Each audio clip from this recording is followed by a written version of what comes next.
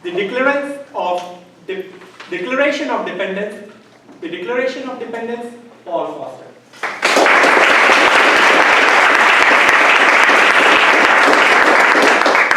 Thank you, Mr. Toastmaster. Honored guests, fellow Toastmasters. The year is 2016. What we have this year is a presidential election year. Now, I'm curious, how many of you have maybe thought back that 240 years ago, 56 gentlemen sat in a room in Philadelphia and signed a very, very important document in our nation's history. The document that would become known as the Declaration of Independence.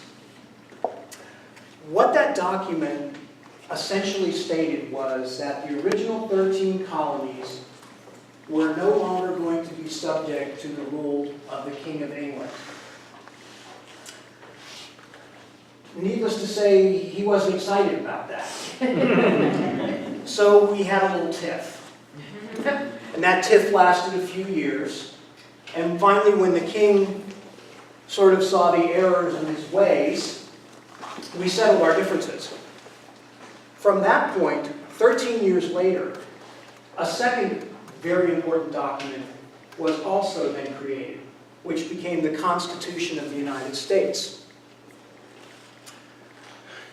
What concerns me most is, I think right now, where we're at as a nation is we may be coming very close to signing or unknowingly sign what I refer to as a Declaration of Dependence.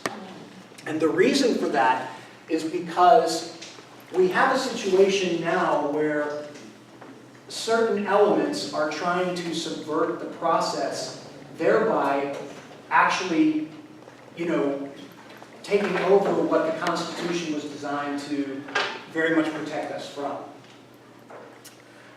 During this election cycle, one thing that's become very clear is there's a lot of opinions on what should be happening in the election cycle, who should be running, a lot of different things. The Constitution is very, very clear on this, that the criteria for a person to run for the President of the United States, there are 3 requirements. 2 of them are often cited and are very common, but there is a little-known third one. The very first requirement for an individual to run for President of the United States is that they must be 35 years of age or older. I think that's pretty straightforward, and it's not really very difficult to verify someone's age. At least we would think so.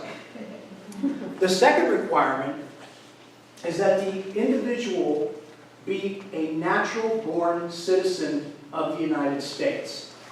There are some gray areas with this, but essentially a natural-born citizen means someone that was born in this country or an individual that was perhaps born in another country, but one or both of the parents are citizens of the United States.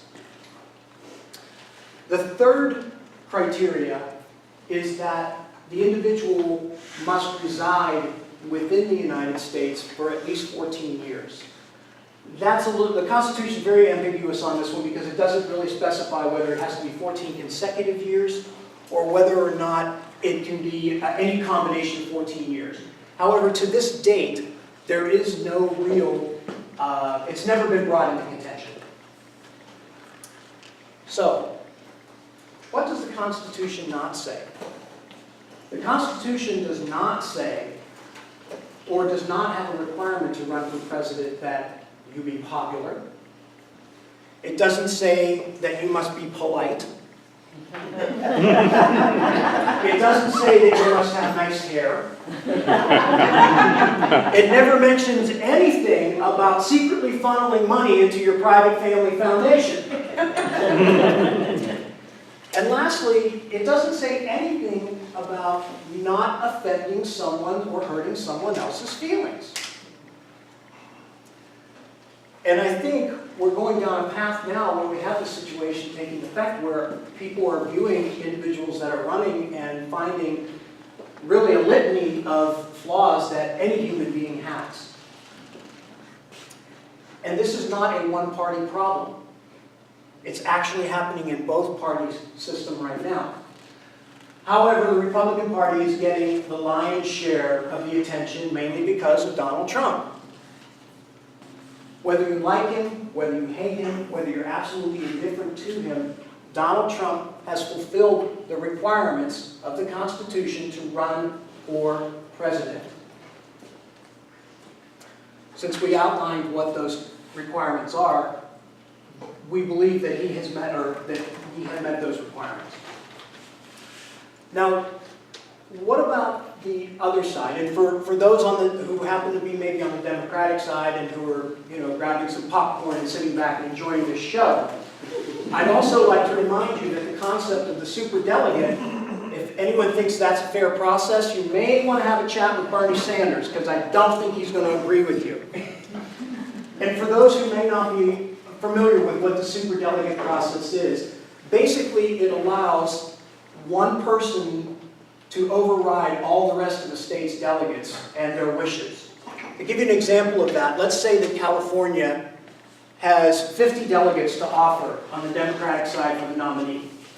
If 49 of those delegates are in favor of Bernie Sanders, but the superdelegate is in favor of Hillary Clinton, Hillary Clinton gets all 50 of the delegates, thereby thwarting the people's desires in many cases. You may wonder why I'm so very adamant about this. The reason I'm adamant about this is because I believe that over the years we have become a nation of dependence rather than independence. We're allowing the government to essentially circumvent our process. This election process must be decided by we the people. It cannot be decided by super PACs or corporate benefactors or any of the other multitudes.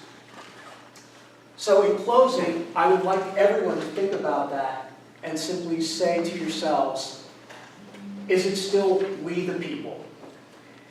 And I would like to offer my new party of the three candidates that are running for the independent. Thank you very much.